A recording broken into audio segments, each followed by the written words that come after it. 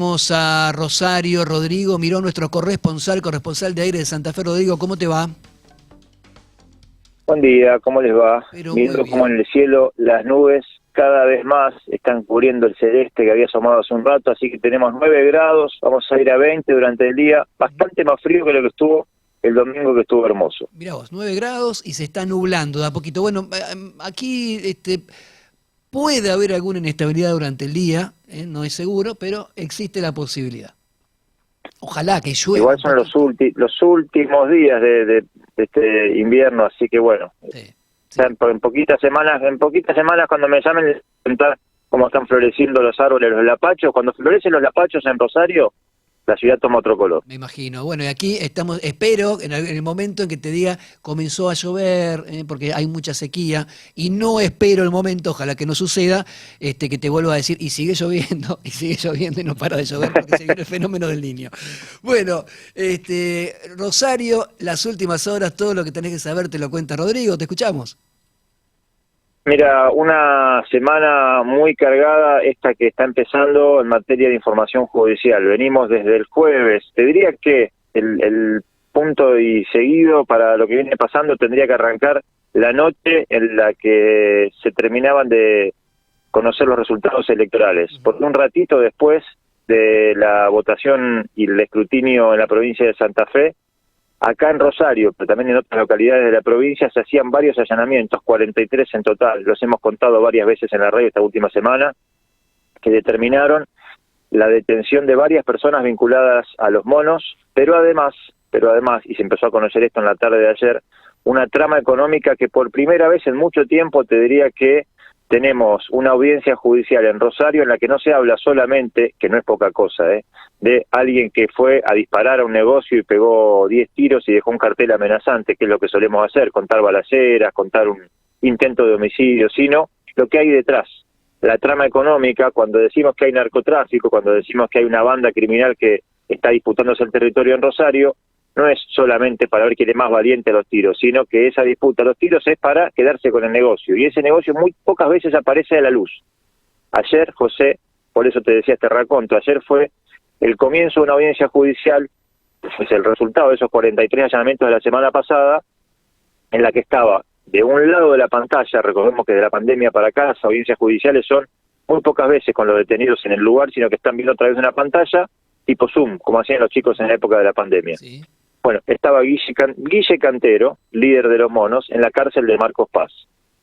Uno de los datos, hubo muchísimos, pero uno de los datos que surgió ayer en la audiencia en el Centro de Justicia Penal en Rosario. Cuando el fiscal Pablo Soca encontró que una de las integrantes de la banda se comunicaba siempre un número que empezaba con 011, pidió al listado de las empresas telefónicas de quién era ese teléfono. El teléfono estaba a nombre de la cárcel federal de Marcos Paz. Cuando preguntó en la cárcel federal de Marcos Paz quién usaba esa línea, ¿sabés qué le dijeron? No. ¿Qué le dijeron? Es el número fijo que tiene asignado el Guille Cantero, líder de Otra los vez, monos. perdón, pero otra vez, ya en algún momento nosotros incluso mostramos las fotos de cómo le habían instalado un teléfono fijo con las líneas telefónicas y demás en su celda que funcionaba prácticamente como una oficina en una cárcel federal. ¿Sigue teniendo teléfono fijo? Un déjà vu por completo, José. El Servicio Penitenciario Federal, María Laura Garrigós de Rébori, ¿Renunció? alguna vez, ¿Ya renunció o todavía no? no, Porque alguna vez cuando vos contaste esa anécdota, estamos hablando de un tipo que tiene aterrada una ciudad y bañada en sangre, ¿no? Y tiene teléfono fijo. sigue disponiendo de un teléfono fijo. También Julio Rodríguez Grantón, peruano, aviador peruano, Germán de los Santos varias veces ha escrito sobre él, un aviador peruano reconvertido en proveedor mayorista de la droga que llega a Rosario, tiene también, lo dijo ayer el fiscal, un teléfono fijo en la cárcel de Marcos Paz. Es alarmante, la verdad que genera mucha impotencia estar en esas audiencias y escuchar las cosas que se cuentan. Otro de los puntos fuertes, Perdón, sí, recuerdo diciembre del año pasado, el ministro de Seguridad de la Nación, Aníbal Fernández en Rosario, rodeado por ustedes, los periodistas rosarinos, cuando le preguntaron por lo que estaba pasando, él dijo, ¿qué me preguntan a mí que vengo de otro lado? Es una frase que yo en ese momento no podía creer y cuanto más pasa el tiempo, más me sorprende. Ahora bien, es el ministro de Seguridad de la Nación y tiempo después, mucho tiempo después, seguimos conociendo información que habla de un narco rosarino que está en manos de una cárcel federal que responde a la Nación y que tiene teléfono fijo. Es decir, no importa dónde viva el ministro. Evidentemente es corresponsable de lo que está pasando en Rosario, porque además Rosario está dentro de la Argentina. Absolutamente. Bueno, te diría que la audiencia está dejando, porque continúa hoy la audiencia, está dejando puntos que me parece que hay que retomar después, ya no solo en ese ámbito, sino pedidos de informes, por ejemplo, al Ministerio de Justicia de la Nación. ¿Por qué está pasando esto que pasa? ¿Por qué el fiscal es capaz de contar esto? Otro dato que también surge de la audiencia de ayer. Mariana Ortigala, se ha contado su historia, la hemos publicado en Aire de Santa Fe. Ella fue testigo clave en el juicio contra Esteban Alvarado, que para quien no conoce lo que pasa en Rosario, hay dos grandes bandas que se disputan el territorio para la venta de drogas. Una es la de Guille Cantero, Los Monos, y otra es la banda controlada o liderada por Esteban Alvarado. Esteban Alvarado, en su momento, fue condenado por la justicia y una de las testigos clave de ese juicio fue Mariana Ortigala y su hermano. Los dos formaban parte del círculo de confianza de Esteban Alvarado en 2011, 2012, 2013, durante varios años.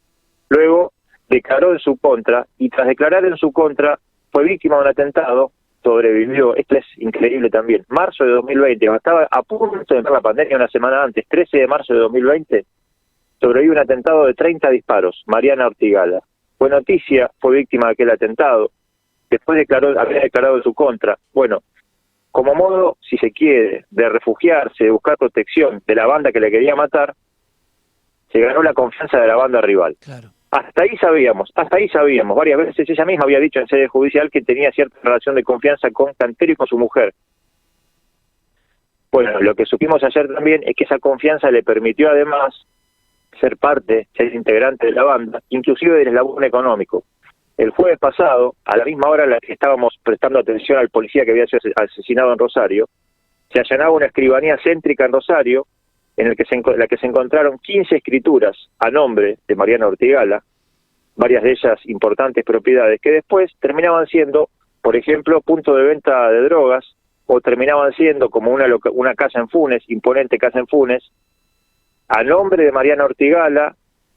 Ahí fija su dirección la mujer de Guille Cantero para cumplir un arresto domiciliario, y además, lo dijo el fiscal ayer, la escritura de esa propiedad se fraguó, el verdadero propietario estaba postrado en un geriátrico y falsificaron su firma. Dios mío. O sea, es decir, aparece José, lo decimos así de vuelta para que se entienda, cuando hablamos de estas bandas que se disputan la venta de droga en Rosario, no es solamente algún joven que va con una motito y dispara en un negocio, atrás hay y está apareciendo escribanías, hay otra cantidad, una trama importante que permite que funcionen y que además hay que financiarlas, claramente. Es como si fuera un tejido, un enorme tejido, una enorme red entrelazada en los pliegues de la ciudad, ¿no? En cada pliegue levantás y ahí hay algún hilo de esta enorme red que termina vinculada con los narcos, pero que ha tenido ramificaciones impensadas. La audiencia continúa hoy, a partir de un ratito de las 8 de la mañana. El otro fiscal que está en la audiencia, Miguel Moreno, es el de la Unidad de Delitos Económicos. Lo hemos visto muchas veces, por ejemplo, en la audiencia clave contra Vicentín y otros temas económicos importantes. Cuando la investigación del fiscal, su colega fiscal Soca, avanzó y encontró que había propiedades, probablemente lavado de dinero, que había testaferro, bueno, pasó a actuar la Unidad de Delitos Económicos, que hoy va a explicar esa parte de la trama, que es la situación económica de la banda. Recordemos, lo digo de vuelta, esto comienza con algunas agencias de lotería en la ciudad de Rosario que aparecían incendiadas, se les tiraba una bomba molotov y un mensaje que decían pagá.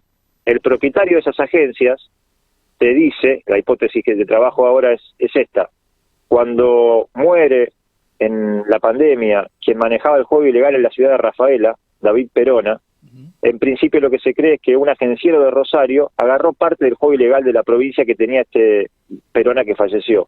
Entonces, los monos lo extorsionaban y le decían, mira, si vos no empezás a poner plata, contamos en la justicia y en la FIP a lo que te dedicás vos en realmente. Y lo extorsionaban, ¿sabés con cuánto?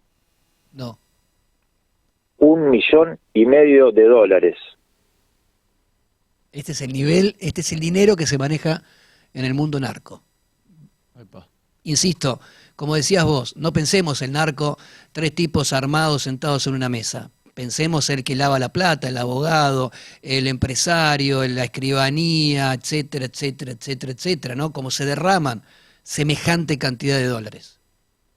Como si esto no fuera suficiente, José, esto va a pasar a las 8 de la mañana. A las 2 de la tarde está convocada la audiencia por el fiscal Alejandro Ferlazo para imputar a los 3 detenidos por el crimen del policía. Veremos qué es lo que surge de ahí. Por ahora, hasta ayer, el fiscal en conferencia de prensa volvió a sostener la teoría de que el robo fue el móvil por el cual terminan matando al policía frente a la Agencia de Investigación Criminal. Rodrigo, tenemos todavía muchos interrogantes. Gracias, la verdad que un gustazo tenerte y un lujo también para Aire, ¿no? En general, de contar con un corresponsal, porque la verdad que cuando uno a la distancia lee, mira, escucha lo que pasa en Rosario, puede tener una somera idea de la situación. Ahora, cuando empezás a entrar en los detalles, todos los días terminás sorprendido porque la realidad parece que supera la ficción, realmente. Abrazo grande. Chao, la seguimos luego. Chao, chao. Rodrigo, mira.